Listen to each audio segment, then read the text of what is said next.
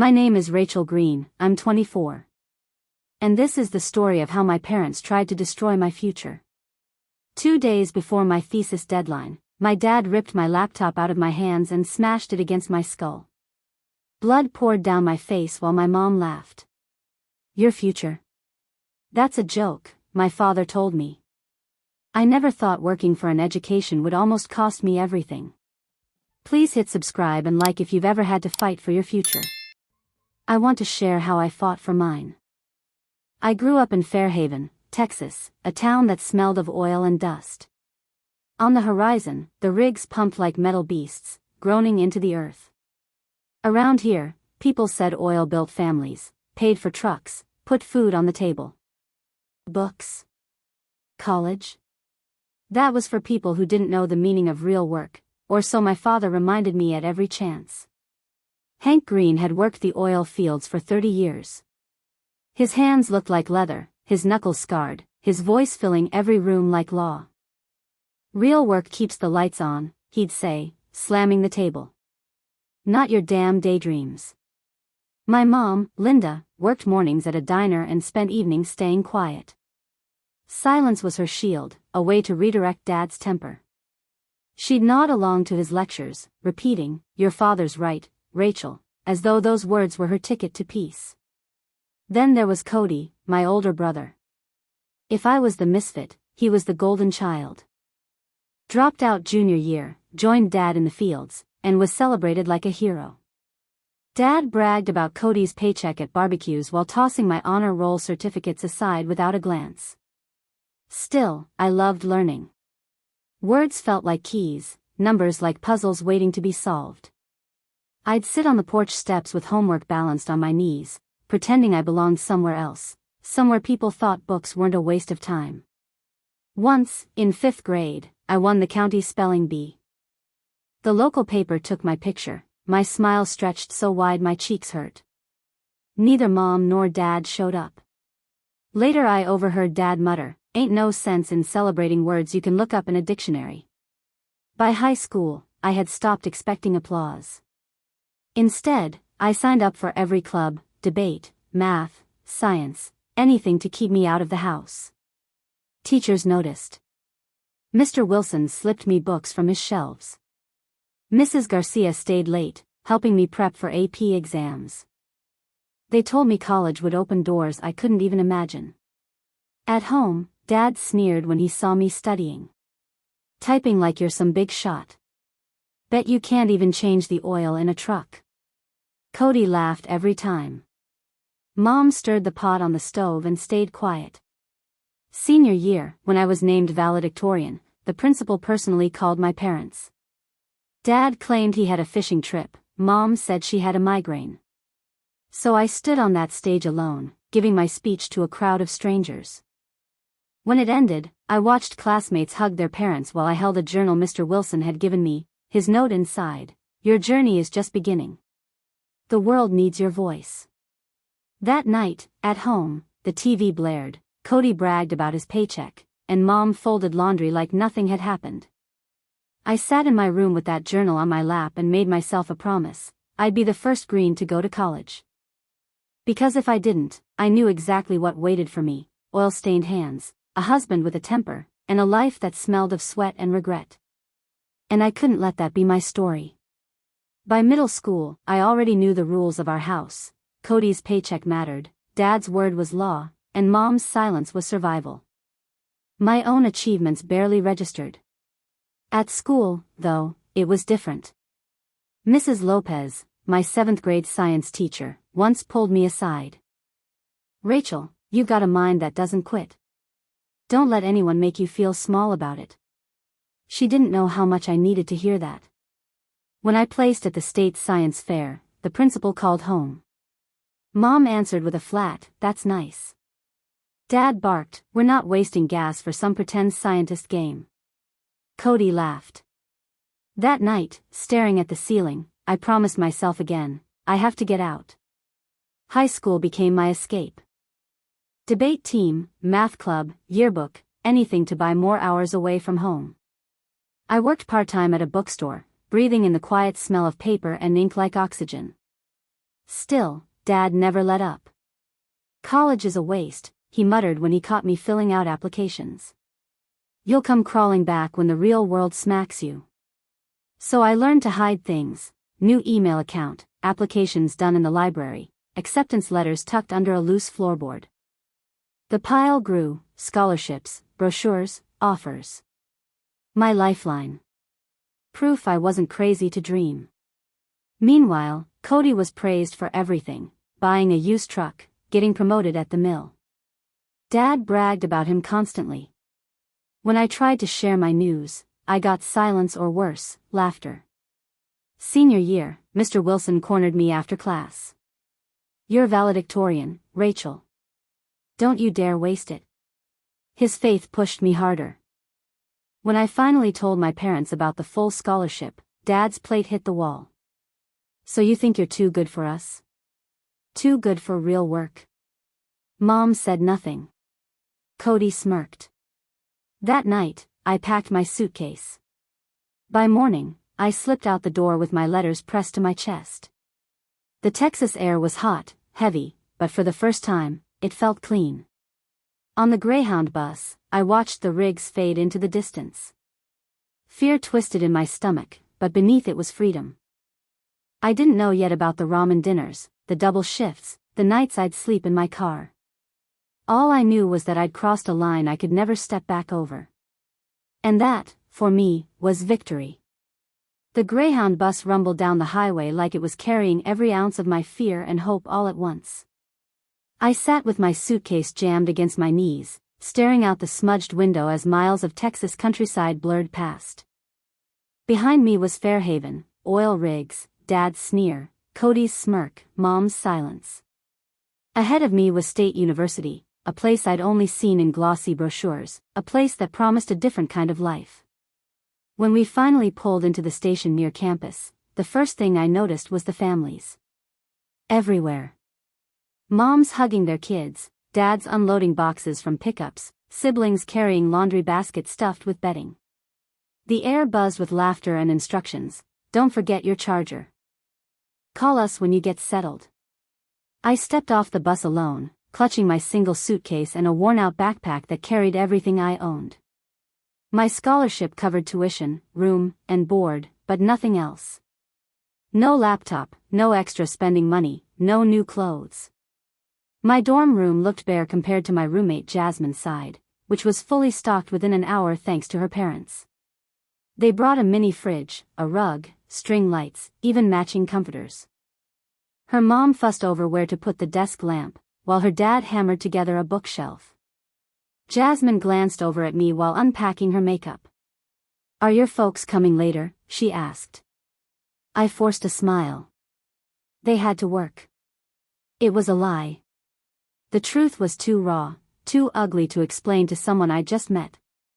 That first semester hit me like a storm.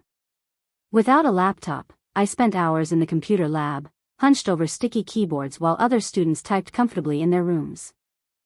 I got a work-study job in the cafeteria, but the hours were short and the paycheck barely covered notebooks and soap. I picked up a second job waitressing at a diner off campus. Nights and weekends blurred into trays of burgers, refilled sodas, and aching feet. 3 weeks into October, everything fell apart. I came down with strep throat. The clinic visit and antibiotics wiped out what little money I had saved. Suddenly, I couldn't cover my share of the dorm utilities. Jasmine's parents were visiting that weekend, so I pretended I was staying with a friend. The truth?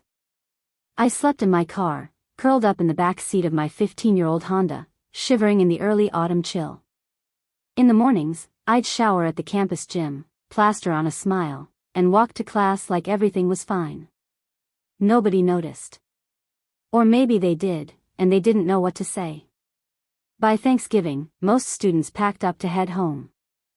I stayed behind, working double shifts at the diner. Customers clucked their tongues and left extra tips, saying things like, "Bless your heart, working the holiday." With that money, I rented a tiny studio apartment off campus.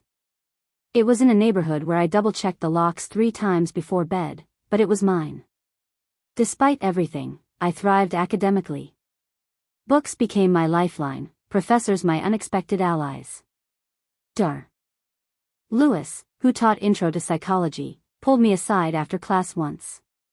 "This paper you wrote," she said, tapping the pages, "you've got an unusual way of connecting personal experience to theory. Have you thought about majoring in psychology?" I hadn't, not seriously. But the more I thought about it, the more it made sense. Psychology gave me words for things I'd only felt in my bones: family dynamics, attachment, resilience. Every lecture felt like someone handing me tools I didn't know I needed. Sophomore year, I settled into a brutal but steady rhythm: classes in the morning, study groups in the afternoon, diner shifts in the evening, and homework until 2 in the morning. Dinner was often ramen noodles or free pizza from campus events. I learned which buildings had the best heating in winter, the best air conditioning in summer. Survival skills no one teaches you, but that I mastered out of necessity. By junior year, things started to shift. Professor Harrington offered me a research assistant position. It paid better than waitressing and gave me a taste of real academic work. "Your perspective on socioeconomic factors is sharper than most students your age," he said. If only he knew how personal that perspective really was. Each study I read, each theory I memorized, it all mapped onto my life. Parental attitudes, sibling favoritism, emotional neglect. I wasn't just reading case studies, I was living one. By senior year, I had found my passion. My research focused on how unsupportive family environments could shape educational outcomes. The irony wasn't lost on me. My family had been my biggest obstacle, but they had also been the reason I fought so hard to prove myself. The day my acceptance letter for graduate school arrived, I sat on the floor of my tiny apartment and cried until my chest hurt. Full funding, a teaching assistantship, the works. I had made it. In a moment of foolish hope, I called home. Mom answered, her voice thinner than I remembered. "I got into grad school," I told her, trying not to sound too proud. "They offered me funding and a teaching position." There was a pause. "So, more school then? When are you going to get a real job, Rachel?" Dad's voice boomed in the background. "Perpetual student. Some of us were working real jobs at 16, but I guess that's beneath you." I hung up not long after, staring at my phone like maybe it would glow and deliver the words I'd waited for my whole life: "We're proud of you." But it never did. I should have known better. Still, when I looked at that acceptance letter again, something inside me burned steady. Their voices didn't matter. Their approval wasn't the key. My future was mine, whether they saw it or not.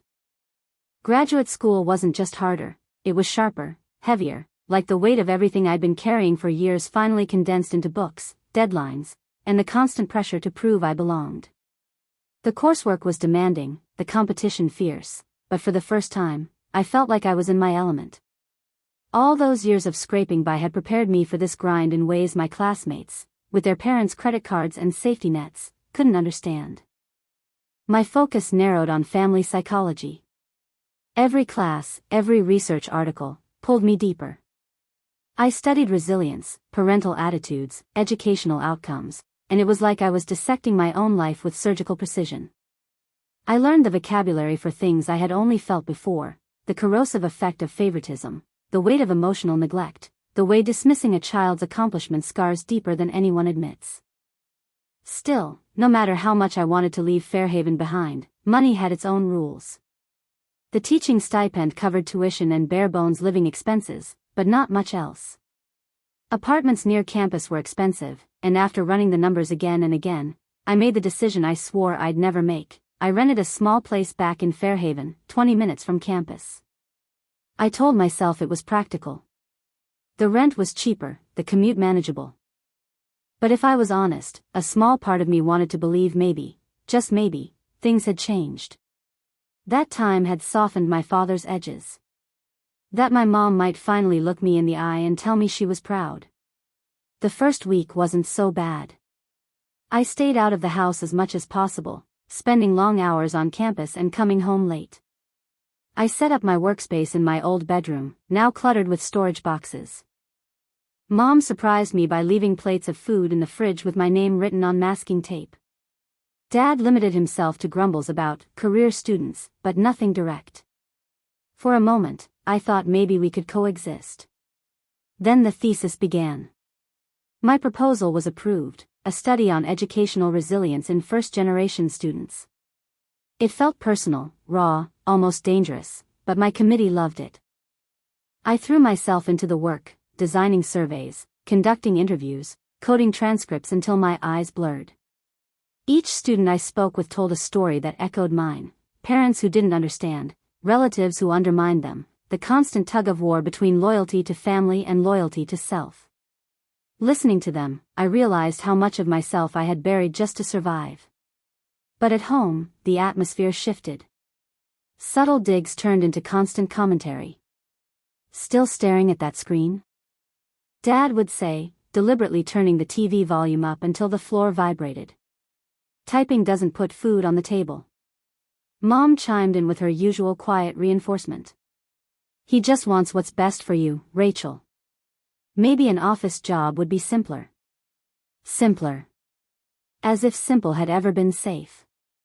Cody dropped by more often too. He'd barge into my room without knocking, leaning against the doorframe with his arms crossed. "You forget about family dinners again? Or are you too busy playing professor?"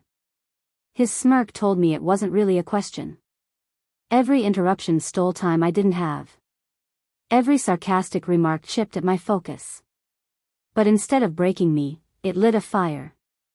Their scorn became fuel. I worked later into the night, the house finally quiet, my laptop screen the only light in the room. Sleep became a luxury I couldn't afford. By the time dawn crept through the blinds, I'd catch an hour or two of rest before dragging myself to campus. Coffee burned a permanent trail in my veins. My body ached, my eyes stung, but the determination in me only hardened. I was going to finish this thesis. Not just finish, I was going to make it so good that even my family's contempt couldn't erase its worth.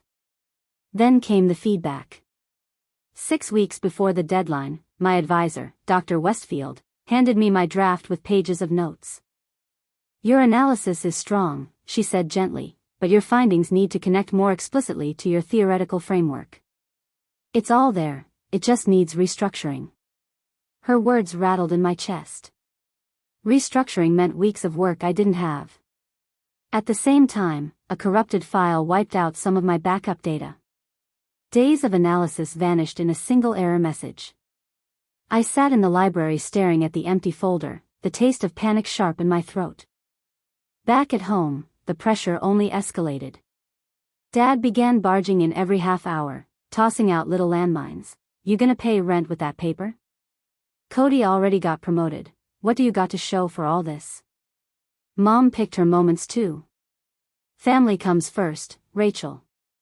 Don't let this school project make you forget what matters." What matters? That was the phrase she always used when she meant obey your father. One night, I came downstairs for coffee and froze at the sound of their voices in the kitchen. "She thinks she's so smart with her books and degrees," Dad said, his tone dripping with contempt.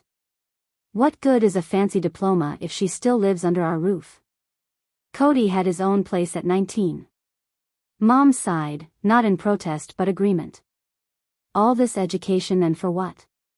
No husband, no children. Just papers nobody will read. Their words burned like acid. I stood there in the shadows, gripping my coffee mug so tight I thought it would shatter. Something inside me snapped, not in anger, but in clarity. I would not let them define me. Not anymore. That night, fueled by rage and caffeine, I worked 20 straight hours. My fingers flew over the keyboard, reconstructing data, rewriting sections, tying every thread together. When the sun rose, my thesis was nearly 90% done. Exhaustion trembled through me, but beneath it was a flicker of triumph. For the first time in weeks, I let myself imagine what it would feel like to hand it in. To know I had survived every obstacle, every sabotage, every word meant to break me. But the closer I got to the finish line, the more dangerous the house became. And deep down, I knew something was going to snap. The closer my deadline crept, the more unbearable life at home became. It was as if my thesis had become a living enemy to my family, something they had to fight off to keep me in my place. Every time I opened my laptop, it was like a red flag waved in front of a bull. Dad started with the television.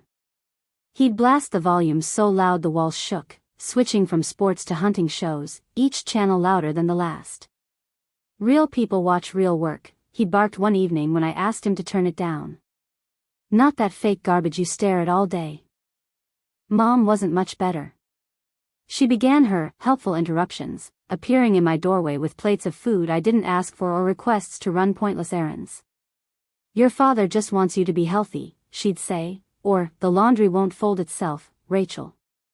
When I told her my deadline was non-negotiable, she pursed her lips and muttered, family comes first. Don't forget where you come from. And then there was Cody. My brother had a knack for showing up at the worst possible moments.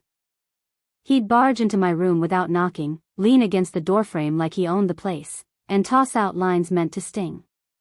Still writing that paper? Thought you'd be done by now. Or, I got promoted at the mill, supervisor. Benefits, pension. Real job. Bet your professors don't clap for typing. Dad ate it up, grinning wide. That's my boy, he'd beam, pride swelling in a way he had never once directed at me. It was deliberate, all of it.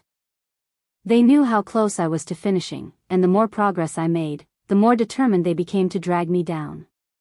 I tried to fight back in silence. I shoved earbuds in and played white noise to drown out the TV. I stopped answering Cody's digs. I locked my door at night, though it didn't always keep them out. But no matter how hard I tried to shut them out, the tension seeped in. Every word, every interruption, frayed the edges of my focus until I felt like I was holding my sanity together with duct tape. By the final week before my submission, I was running on fumes. My eyes burned from lack of sleep, my hands ached from typing, but I could see the end. Just a few more edits, a little more formatting, and I would be there. I told myself that if I could just survive 7 more days, I'd finally prove them wrong. That's when Dad escalated. It started with the internet. One morning, as I sat at the dining table surrounded by notes and drafts, my laptop flashed an error message, no connection. My phone was dead too, no service, no Wi-Fi. Panic spiked in my chest. I rushed into the living room where Dad sat in his recliner, beer already in hand though it wasn't even noon. His TV streamed perfectly fine. Internet's out in the dining room, I said, struggling to keep my voice steady. I needed to submit my thesis. He didn't even look at me. Works fine for me. Dad, please. I only need it for a few hours. Can you reset the router? He turned then, a small, satisfied smile tugging at his mouth. Maybe the dining room's a no-computer zone now. My house, my rules. I felt the blood rush to my face. This isn't a game. I have a deadline. My entire degree depends on this. His smile widened. Your future? That's a joke. Cody's out there earning real money while you're begging for Wi-Fi. I wanted to scream, to throw something, but I bit down hard on my lip and backed away. If I lost my temper, I'd lose more than just an argument. That night, I overheard my parents again in the kitchen. She thinks she's better than us, Dad muttered. All that education and nothing to show for it, Mom replied, her voice low but not defensive. No husband, no kids. Just papers no one cares about. Their words landed heavier than any blow. For a moment I stood frozen in the hallway, coffee mug clutched tight in my hands, and wondered if I was insane for staying there at all. But where could I go? Rent near campus was impossible. My stipend barely covered gas. So I doubled down. Fueled by coffee and fury, I worked through the night, hammering out revisions until the sky lightened. Every page I typed felt like defiance. Every word was a weapon. By the time the sun rose, my thesis was 90% finished. Exhaustion clawed at my bones, but pride pushed me forward. I was so close I could taste it. That's when Cody barged in again. "You look like hell," he said with a laugh, leaning over my shoulder to glance at my screen. "Still not done?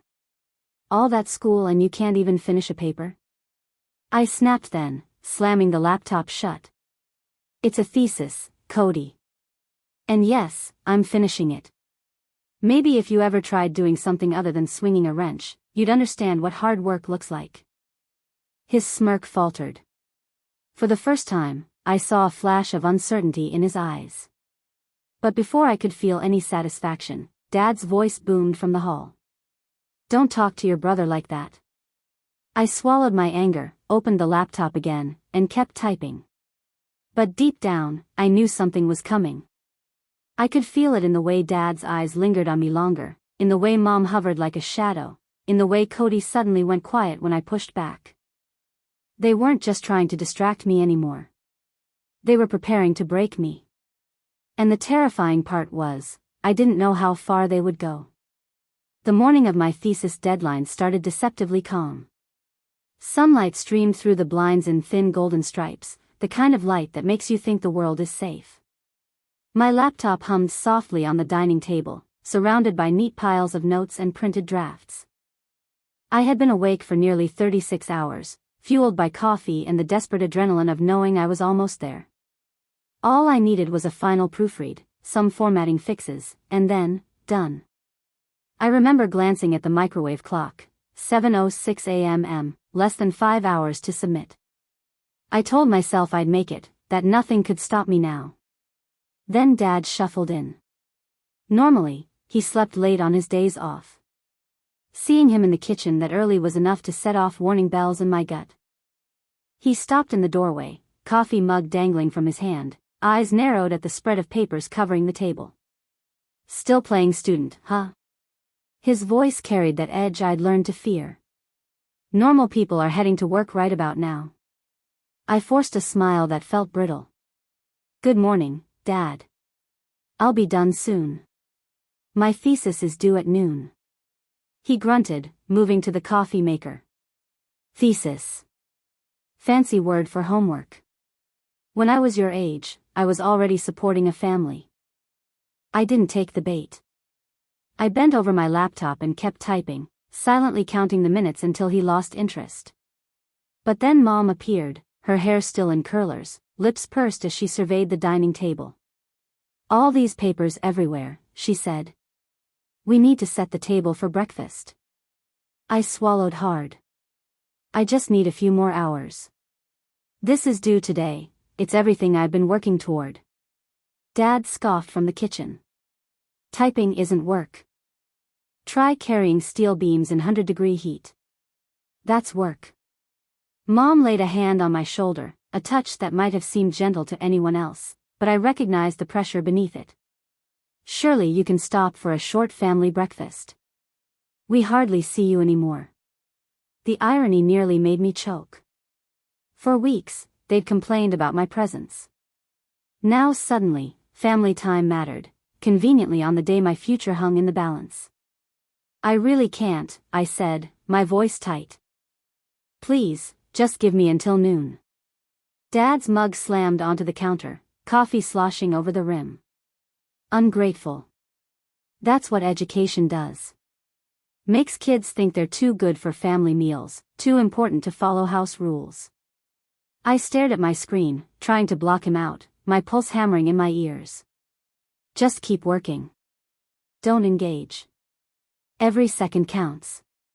Then, at 9:30, the front door banged open. Cody strolled in without knocking, his boots heavy on the tile. "Family breakfast?" he called. "Mom told me you were cooking, Dad." He dropped his keys with a clatter, then leaned over my shoulder to peer at the laptop. "Still writing that paper? Thought you'd be done by now." "It's a thesis," I snapped automatically. He laughed. "Thesis, paper, homework, same thing. Hey, did I tell you I got promoted? Supervisor now. Full benefits, pension, the works." Dad beamed at him, pride radiating from every pore. "That's my boy. Real work, real rewards. None of this degree nonsense that never ends. The contrast cut so deep I had to bite the inside of my cheek to stop myself from breaking. I turned back to my citations, forcing my shaking hands to steady. The next 2 hours were torture. Dad cranked the TV louder every 15 minutes. Mom wandered in and out, dusting surfaces that didn't need dusting. Cody held loud phone calls right behind my chair. It was like they'd all agreed to dismantle me piece by piece. By 11:30, my nerves were shredded, but I was so close. The thesis was formatted, citations double-checked, abstract polished. All that remained was the final save and submission.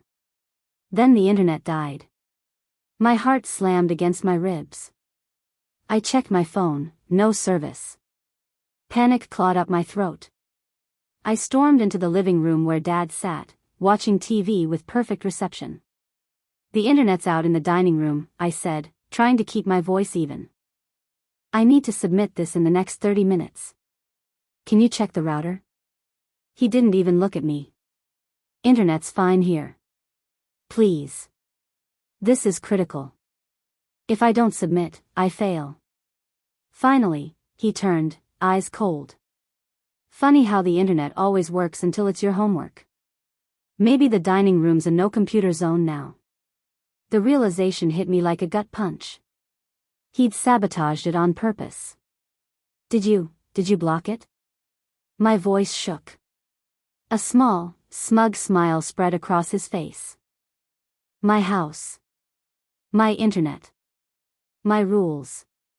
Rage and desperation tangled in my chest. Dad, please. This is my future. He rose slowly from the recliner, looming over me. Your future? That's a joke. Cody's got a house, a promotion, a real life. You've got a stack of papers no one will ever read. Mom appeared in the doorway, arms crossed. She didn't intervene. She just watched. I stepped toward the router. Then I'll reset it myself. His hand shot out, gripping my arm so hard I cried out. You don't touch anything in my house without permission. Let go, I gasped, yanking free. This is insane. I just need 5 minutes. His face darkened. Ungrateful little. No, I cut him off, the words spilling out before I could stop it. I'm not ungrateful. I'm determined. And I'm not going to let you ruin this for me. That was the moment everything snapped. His eyes shifted, and in that instant, he wasn't my father anymore, just a man who couldn't stand being defied. He lunged. His hand clamped onto my laptop, wrenching it from my grip. For one wild second, I thought he'd just hide it, force me to miss the deadline. But then he raised it high above his head. Dad, no! I shouted. There was no hesitation. No second thoughts. The laptop came crashing down against the side of my head with a sickening crack. Pain exploded white-hot, searing through my skull. I staggered back, vision blurring as warm blood trickled down my temple. My laptop hit the floor, the screen snapping from the keyboard, wires dangling like exposed veins. You don't deserve a future, he snarled, standing over me. And then, my mother laughed. Not a nervous giggle, not even shock. She laughed, high and sharp, as if this was a joke and not her daughter bleeding on the dining room floor. I slid down the wall, clutching my head, my vision tunneling. My thesis, 18 months of work, lay shattered in pieces across the linoleum. And all I could think was, this is the moment everything ends. I don't remember standing up. 1 second I was on the floor with blood seeping through my fingers, and the next I was stumbling toward the front door, my vision tunneling in and out like a flickering light bulb. The room spun, my ears rang, and every step felt like I was moving through mud. Behind me, Dad's voice thundered something I couldn't make out, and Mom's laugh still echoed, thin and cruel, like broken glass scraping across tile. Cody muttered something too, his voice lower, uncertain, but I didn't look back. I just grabbed my keys with a shaking hand and shoved my feet into the nearest shoes. Outside, the air hit me like a slap. Hot, heavy, thick with the scent of oil and cut grass. My head throbbed in rhythm with my heartbeat, each pulse sending another wave of dizziness through me. Somehow I made it to my car. My hands slipped on the door handle, slick with blood, before I managed to yank it open and collapse into the driver's seat. I shouldn't have driven. God knows I shouldn't have. But instinct carried me forward. I needed out. Away. Somewhere safe. I turned the key, the old Honda coughing to life, and steered it onto the highway with blurred vision and trembling arms. I don't remember much of that drive. Flashes, the smear of trees along the roadside, the distant honk of a horn when I drifted too far into the next lane, the coppery taste of blood in my mouth. At some point, I pulled into the university parking lot and killed the engine. For a long moment, I just sat there, head against the steering wheel, shaking. My phone buzzed in my pocket. Somehow, I fumbled it out and hit the first number I saw, Dr. Lewis. Rachel? Her voice was sharp, concerned. I need help, I stammered. My dad, my laptop, my head, my words tumbled over each other, incoherent. Where are you? Campus. Parking lot. Stay there. Don't move. I'm coming. The next minutes blurred. I remember headlights pulling in front of me, the slam of a car door, and then Dr. Lewis's face peering into my window, her expression a mix of horror and determination. She yanked the door open and crouched beside me. Jesus, Rachel, she whispered. You're bleeding. We need to get you to the ER. I tried to protest. My thesis, it's gone, deadline. Her hand pressed firmly on my shoulder.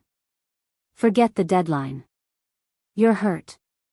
That comes first. But she must have seen the panic in my eyes, because she softened her voice. Listen. We'll get you patched up, and then we'll figure the rest out. You're not doing this alone. At the hospital, everything moved fast, nurses with gloves, antiseptic stinging my skin, the whir of machines. A CT scan to check for a concussion, stitches to close the gash on my temple. Through it all, I floated in and out, answering questions on autopilot. Yes, I was assaulted. No, not by a stranger. By my father. The words felt surreal, like I was describing someone else's life. When it was over, I lay in a hospital bed with an 4 in my arm, the fluorescent lights buzzing overhead. Dr. Lewis sat beside me, her hand resting lightly on mine. You need to report this, she said gently. We can't let them get away with it. Tears welled up, hot and uncontrollable. If I report him, I lose whatever scraps of family I have left. Her eyes softened. Rachel, a family that breaks you isn't a family. And you're not alone anymore. You have us. The next day, word spread through the department. Professors I barely knew stopped by to check on me. Dr. Westfield, my thesis advisor, came in with a laptop and a portable hard drive. We backed up everything from your drafts, she said. You didn't lose it all. You've come too far to let this stop you. Relief hit me so hard I sobbed into her shoulder. My thesis wasn't gone. My future wasn't gone. The university moved quickly. They gave me an emergency extension, arranged temporary housing in graduate student apartments, and set me up with counseling services. For the first time, I had a safety net. A real one. That night, lying in a clean dorm bed with bandages on my head, I stared at the ceiling and let the quiet wash over me. No blaring TV. No mocking voices. Just silence. I should have felt broken, but instead, I felt something else rising in my chest, defiance. They had tried to destroy me. They had laughed while I bled. But I was still here. Still breathing. Still writing. And for the first time in my life, I believed I wasn't fighting alone. The days after the hospital blurred into one long stretch of exhaustion, pain, and an unfamiliar kind of safety. The student apartments weren't much, linoleum floors, creaky doors, the faint smell of bleach lingering in the hallways, but to me, it felt like a fortress. A place my father couldn't storm into. A place where I didn't have to flinch every time footsteps approached my door.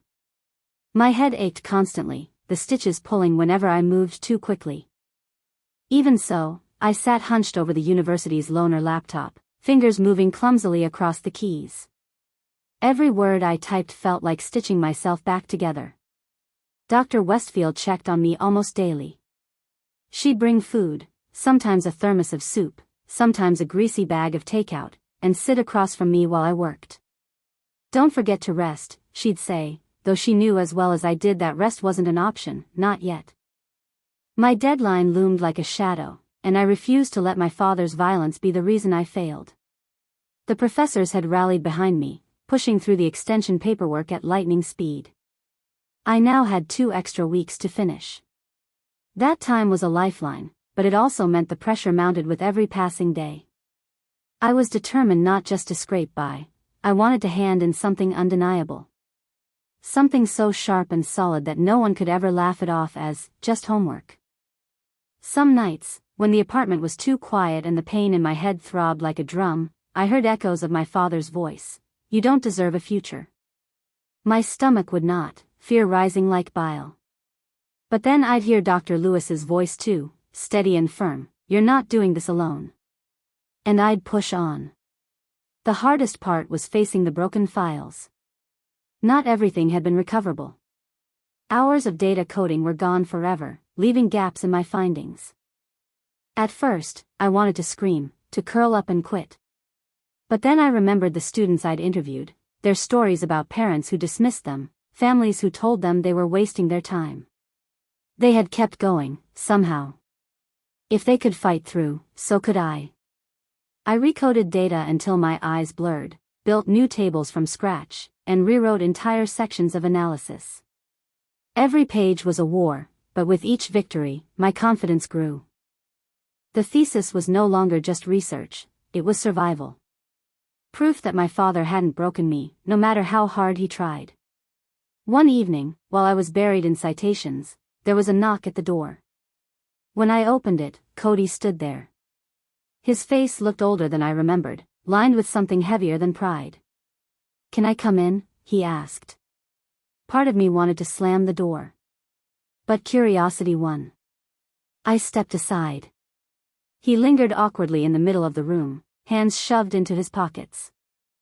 "I heard what happened," he said finally. "About Dad. About the laptop." His eyes flicked to the stitches on my temple. I didn't think he'd actually, I thought he was just blowing off steam. My throat tightened. "You stood there. You let it happen." His shoulders sagged. "I know. And I'm sorry. I should have stopped him." He looked at me then, and for once there was no smirk, no superiority. Just guilt. "I'm not like him, Rachel. At least, I don't want to be." I didn't forgive him, not then. But I let him speak. And in his words, I caught a glimpse of something I'd never seen in my family before, recognition that what I'd endured was real. After he left, I cried, not out of grief, but out of release. Maybe he'd never make it right. Maybe none of them would. But I didn't need them to anymore. The day I finally printed the last page of my thesis, I held the stack of paper in trembling hands. The title glared up at me, Resilience in the Face of Opposition, Educational Persistence Among First-Generation Students. It wasn't just research. It was my life, carved into academic language. My story disguised in data and analysis. Walking into the department office to submit it felt surreal. The receptionist smiled as I handed over the bound copy, her nails tapping against the cover as she logged it in. "Congratulations," she said warmly. I nodded, but inside, I was screaming. I did it. Despite them. Because of me. 2 weeks later came my defense. I stood before my committee in a too small blazer borrowed from Dr. Lewis, my hands shaking but my voice steady. Slide by slide, I walked them through my research, my findings, my conclusions. Every question they asked, I answered with clarity I didn't know I had. By the end, when they asked me to step outside so they could deliberate, I nearly collapsed in the hallway chair. When the door opened again, Dr. Westfield's smile told me everything. "Congratulations, Rachel. You passed, with honors." I pressed a hand to my stitches, as if to remind myself I was still here, still whole. My father had tried to smash my future to pieces, but there I stood, holding it in my hands. That night, I walked back to my apartment under a sky littered with stars. For the first time in a long time, the air felt clean in my lungs. I wasn't free yet, not entirely. But I had won this battle. And I knew, deep down, it was only the beginning. After the defense, life felt strange, like I had stepped into a new skin I hadn't grown used to yet. People called me scholar, researcher, colleague. Words I had once only dreamed about. But every time I caught sight of the scar at my temple in the bathroom mirror, the past tugged at me. It was a reminder of how close I had come to losing everything, and how much I had clawed back. The department offered me a research position almost immediately. It wasn't glamorous, an assistantship on a grant studying family systems and education, but it paid enough to cover my own apartment near campus. Signing that lease felt like a victory lap. No more sleeping in a childhood bedroom that reeked of resentment. No more slamming doors, blaring TVs, or sarcastic smirks. For the first time, the silence inside my home belonged to me. But the silence also left space for memories. Nights were the hardest. I'd wake up gasping, heart pounding, convinced I heard Dad's voice in the hallway or Mom's laughter echoing through the walls. The dreams replayed the crash of my laptop, the sting of stitches, the copper taste of blood. Therapy helped. Slowly, painfully, I learned that healing wasn't a straight line. Some days I felt unstoppable. Other days, one smell, one sound, sent me spiraling. In the middle of all that, Cody reached out again. It started with a text, "Can we talk?" I stared at it for a long time, thumb hovering over the screen. Part of me wanted to ignore it, to erase him the way I had erased the rest of them. But another part, the part that remembered his awkward apology in my apartment, hesitated. We met at a diner halfway between Fairhaven and campus. He slid into the booth across from me, older in the face, wearier in the eyes. He didn't order food, just coffee. "I'm not here to make excuses," he began. I wanted to say I'm proud of you." The words hung in the air, foreign and heavy. I searched his face for sarcasm, for the smirk I'd grown up despising. But it wasn't there. His hands trembled as he wrapped them around his mug. "I should have stopped him," he said quietly. "That night. I should have done something. Instead, I stood there like a coward." Anger rose in me, sharp and familiar. "You did nothing. You laughed at me for years. You joined in." He flinched. "I know. And I don't expect forgiveness. I just wanted you to hear me say it, you deserved better. You always did." For a long moment, I couldn't speak. My chest ached with a mix of rage and grief, but beneath it was something unexpected, relief. Not absolution. Just recognition. "I can't go back," I said finally. "I can't be part of that house, of their world. Not after everything." "I get it." He nodded slowly. "I'm not asking you to. I just wanted you to know I see it now. And I'm trying to be different. For myself. For my kids." Kids. The word jolted me. Cody had children. Nieces or nephews I'd never met, growing up in the same shadow I had escaped. For a moment, I imagined them looking up at him the way I used to, waiting for approval, for kindness. I prayed silently he'd give it to them. When we left the diner, we didn't hug. We didn't make promises. But something had shifted. For the first time, I walked away from Cody without the old weight pressing down on me. Maybe he couldn't undo the past, but at least he had stopped pretending it hadn't happened. Back at the university, my days filled with work. I co-authored papers, presented at conferences, mentored undergraduates who reminded me of myself. First-generation students came into my office carrying the same mix of fear and hope I once had.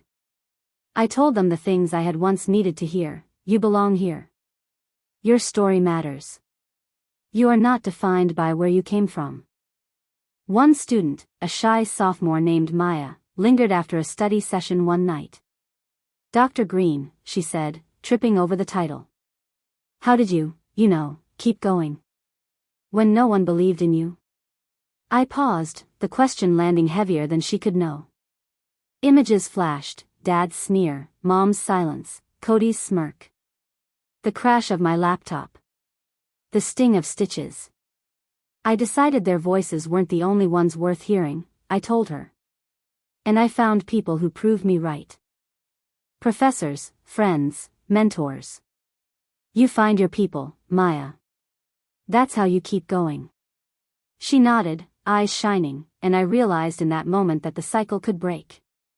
Maybe not in my family, not fully. But here, in these classrooms, with these students, it could end. On the anniversary of my defense, I walked alone across campus, the scar on my temple catching the afternoon light. The pain was still there, but it no longer defined me. It was a scar, not an open wound. Proof that I had survived. And maybe, just maybe, proof that I was finally beginning to live. The first time someone introduced me as Professor Green, I almost laughed. The words felt too big for me, like shoes a size too large. But then I saw the student's face, bright, hopeful, expectant, and I realized the title wasn't about me. It was about what I represented: survival, possibility, proof that the impossible could be done. Standing at the front of a lecture hall, I felt the same nerves I'd once carried into my father's kitchen. The difference was that here, the silence wasn't hostile. It was waiting. Curious. The students leaned forward, notebooks open, pens ready. For once, people wanted to hear what I had to say. I taught about resilience, about the ways families could both shape and shatter us. I shared studies, data, theories. But woven between the citations was my own truth, tucked into every lesson. When I saw a student's shoulders relax, when I watched someone's eyes light up with recognition, I knew they were hearing more than research, they were hearing possibility. My scar caught the light sometimes when I turned my head. At first, I wanted to hide it, to cover it with my hair. But eventually, I let it show. It reminded me, and anyone who noticed, that survival isn't clean or easy. It leaves marks. But marks don't mean defeat. They mean you're still here. I thought often of my family. Dad, probably still out there mocking what he didn't understand. Mom, still standing silently at his side. Cody, maybe trying, maybe failing, but at least trying.